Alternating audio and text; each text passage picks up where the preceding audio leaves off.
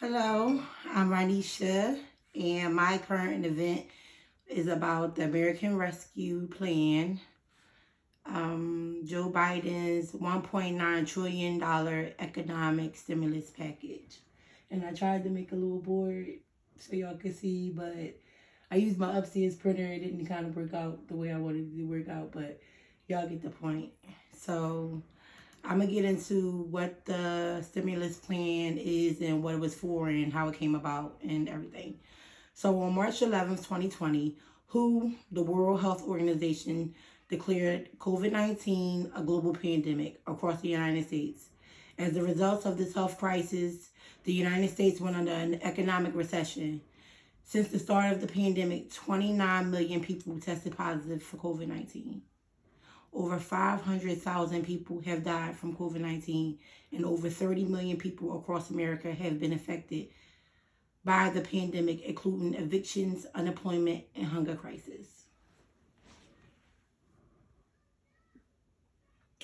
What happened next?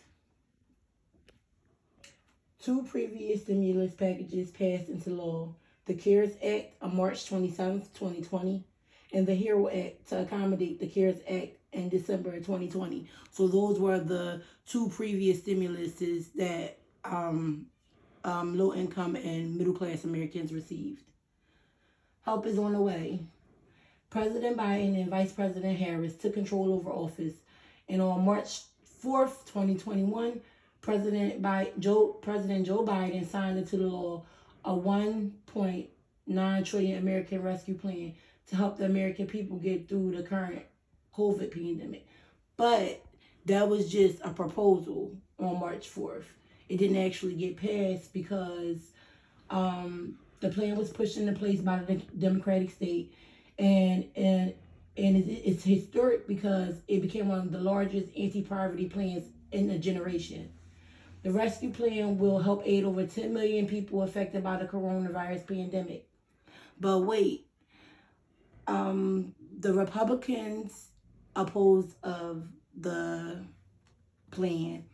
They didn't want it to pass. The only thing the Republicans supported was the measures to improve transportation and broadband.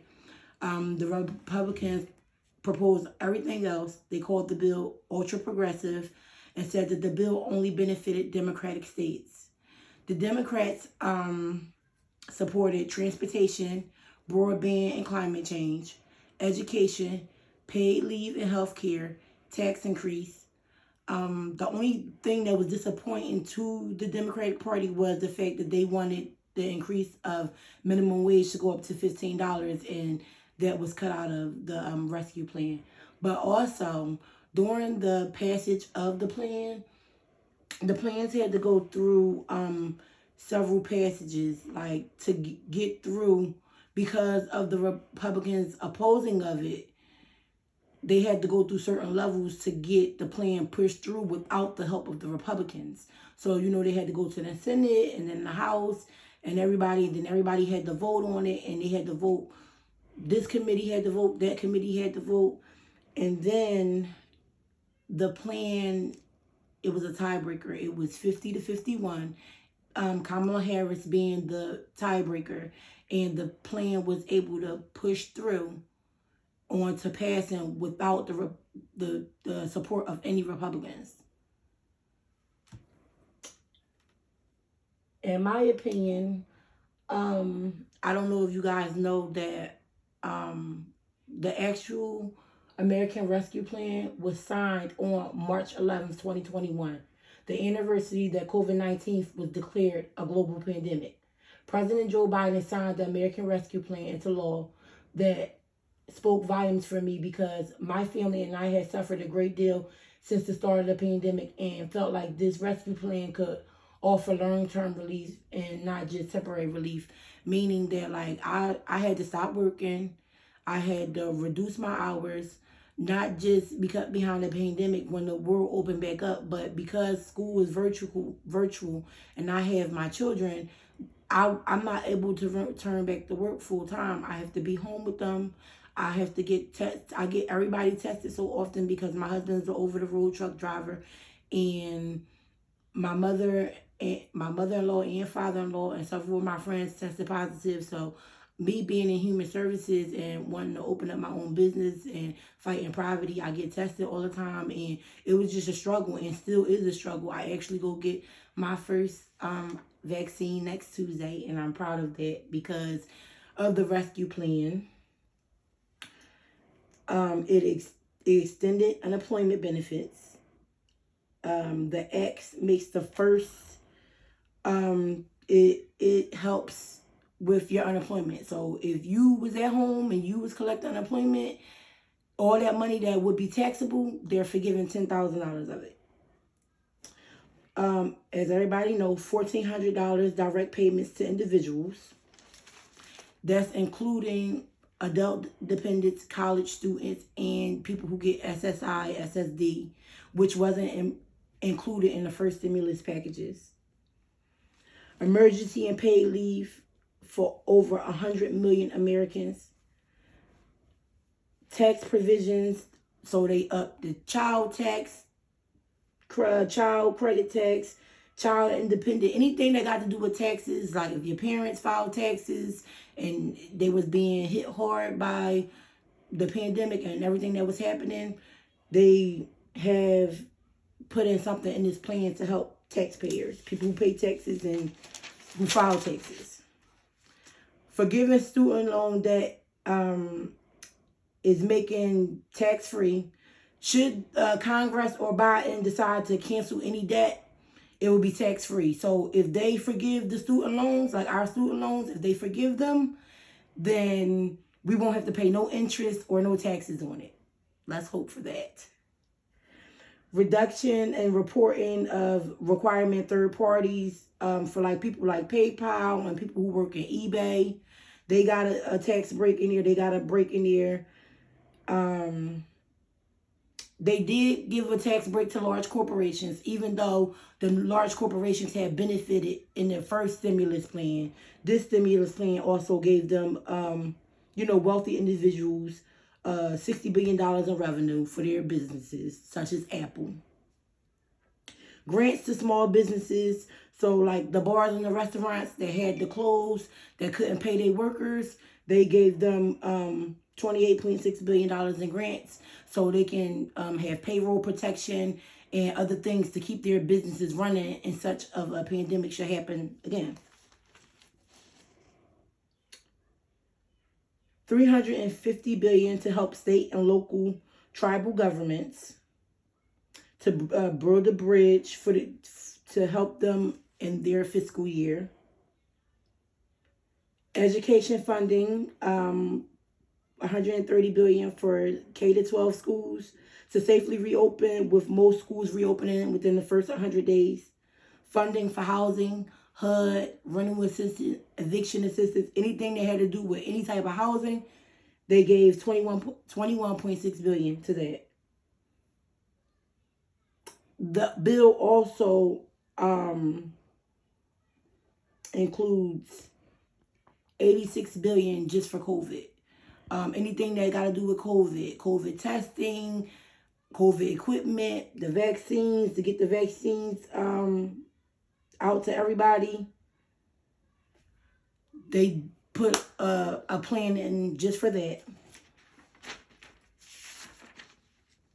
Transportation got $30.5 billion. They put a plan in for cybersecurity funding as a response to the SolarWinds hack. I would have to research more on that because I heard about it, but I didn't really hear about it. Changes to healthcare, subsidize 100% of premiums to COBRA, so more people will be able to apply for insurance. Medicaid and chip changes requires coverage of the COVID-19 vaccines and treatment experience vaccines in whole. So Medicaid, and Medicare, they have to cover everything far as COVID, like no co-pays or nothing. And that expands the state's options for COVID-19 testings for people that's uninsured. So behind them doing the changes to the Medicare and the Medicaid, that helps people who also didn't have insurance at all. So I agree with this plan because I am a person, I'm low income. I was affected by the pandemic. My children, my family, they all got affected. The kids can't be in school. Daycares are operating at a limited. I just feel as though that it was very, very emotional for me because throughout the year we suffered as America as a whole, and nothing was happening with our past president. We wasn't getting no results. You know, mask mandates and vaccines came rolling out after Biden took office and proposed this American Rescue Plan Act. And things started to happen. Things are starting to change. As you see, people, everybody is able to get the vaccine. More vaccines is rolling out. There's things that's happening. Changes is happening behind us. Like, we are not in as bad as we was in the beginning. What I'm trying to say is, if you guys look at your student loans, certain little changes was made. I didn't even know until I started researching this project. I feel as though that the first two stimulus plans that we got, the $600, and then we got, what, like $1,200 or something like that, that was just a temporary relief. Although we only got $1,400 a dependent, we also received $1,400 a dependent.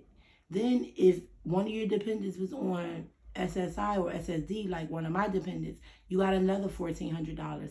Then if you were a student, and I'm pretty sure anybody who applied for financial aid, you got another like $1,600 that you had to okay, and then it was direct deposited straight to the student. Not only that, if people ages 16 or up, and not just the elderly or not just people who was affected, everybody can get tested now with no symptoms, and everybody is able to sign up and get on a waiting list and receive the vaccine. I have a video of President Biden reacting to his success with the American Rescue Plan, and I just want to ask you guys, how has the American Rescue Plan helped you? Have you or someone you know been affected by the COVID-19 pandemic? Have the American Rescue Plan helped you or anybody you know or your parents? So how has it affected you, and has it helped you? And do you see a difference compared to the previous proposed stimulus plan, the CARES Act and the HEROES Act, opposed to the American Rescue Act? Thank you.